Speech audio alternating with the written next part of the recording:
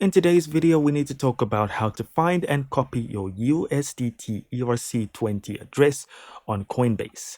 Now, I don't know if this is a region restriction, but you will not find this address on Coinbase. You cannot use your Ethereum address for this on Coinbase. It's very important to note, and it even warns you about that when going to your Ethereum address.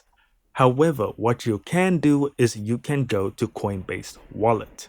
So here on Coinbase Wallet, all we need to do is go to the top right hand section, and that'll bring us here. Now you can click on this little barcode scan, or you can just copy, and here you will see your ERC20 token address.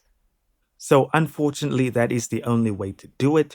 You can then trade it for USDC, perhaps, if you really want to get it onto the Coinbase exchange. But other than that, it has to go to Coinbase Wallet. And guys, that's all I've got for you. Thank you so much for watching. Don't forget to hit like and subscribe, and I'll see you in the next one.